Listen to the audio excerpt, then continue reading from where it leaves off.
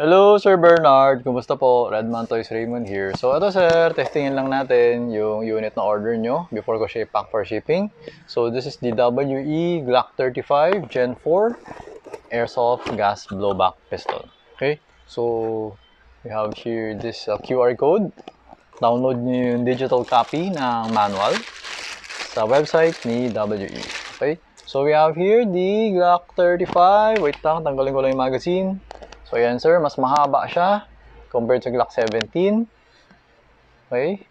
So, the Glock 35, yan. Sa tunay, ang Glock 35 is 40 caliber.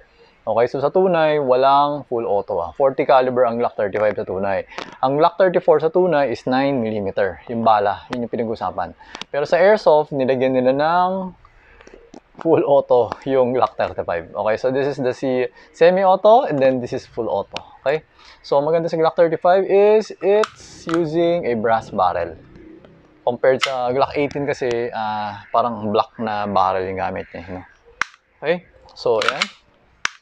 Okay, always make sure to keep your trigger finger out and the muzzle pointed at a safe direction or pointed downrange. Okay, so ito yung magazine. We have here the dalawang backplate, no? Since this is a Gen 4. And we have here the pins for the backplates. Okay, so ngayon, lagyan natin ng siguro around 13, 12, 14 na bala. Hindi ko alam, basta lagyan natin. Kasi kailangan natin mag-test ng full auto. So make sure na ganun yung arrangement ng bala. Dikit-dikit, no? Walang butas. Yan. So pag nagkaroon ng butas, kailangan nyo ayusin. Yan, kailangan ganyan, staggered. Okay yan, pwede na yan, madami-dami na yan. So ngayon, lagyan natin ng green gas. Okay? Since full auto siya, kailangan mga around 2 seconds. Okay? So, game. Buksan natin ang ating chronograph. I-test fire muna natin yung FPS niya for the first mga 3-4 shots, no? Check natin yung kung stable ba, kung ilan yung ano niya, highest niya. Okay? So, yan na. Bukas na. So, pasok natin. Okay, nasa semi-auto siya, no? So, yun, bitaw. Okay, so firing. So, we got 382 for the first shot. 380 for the second shot. 380 again for the third shot.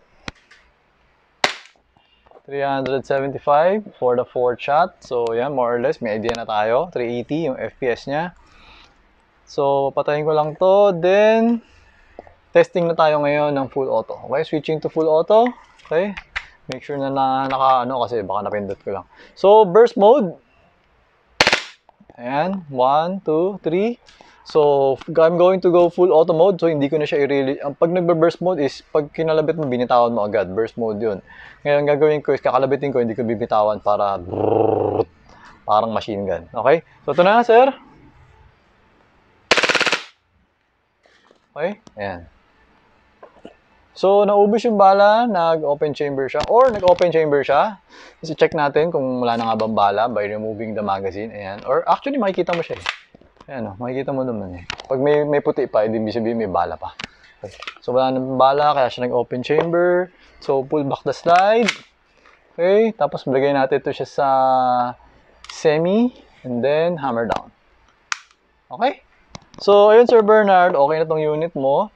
So, pwede ko na siya i-pack for shipping. Kasama ng, ayun, extra mag, dalawang gas, BB loader, and target plate, hanging plate. So, yung extra mag, kakargahan ko ng gas, no? So, basically, kakargahan ko ng gas, tingnan ko kung may singaw o wala. Pag walang singaw, goods na yun. Okay? So, ayun sir, thank you for your order. Until next transaction po, always remember to stay safe, stay great, be good, and be thankful always. God bless po sir. Bye-bye.